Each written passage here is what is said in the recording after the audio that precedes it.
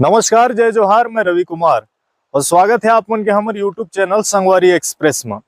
आज हमन जिन समस्या ला आप मन ला दिखाना चाहत हन, मोर ख्याल से मोर बताए के पहले ही आप मन समझ गए हो।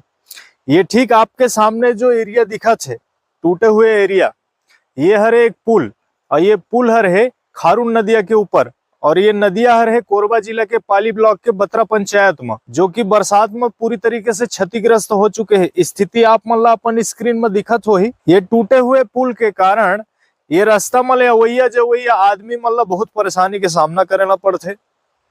बहुत दिन हो गए ये ला टूटे, लेकिन अभी तक यह सुधर नहीं पाए। पता नहीं शासन प्रशासन कब ये सुधार ही, हमन ला पता नहीं है। आप मन अपन स्क्रीन में देखत हो, ये जो मलबा नदी में गिरे हुए है, ये पुलिया के ऊपर वाला हिस्सा है, जिन अब बरसात में पानी के कारण टूट गई और टूटे के बाद नदी में जाकर के गिर चुके हैं। ये पुलिया टूटे कतक दिन हो गई से? यानी 2 साल के आसपास हो गए।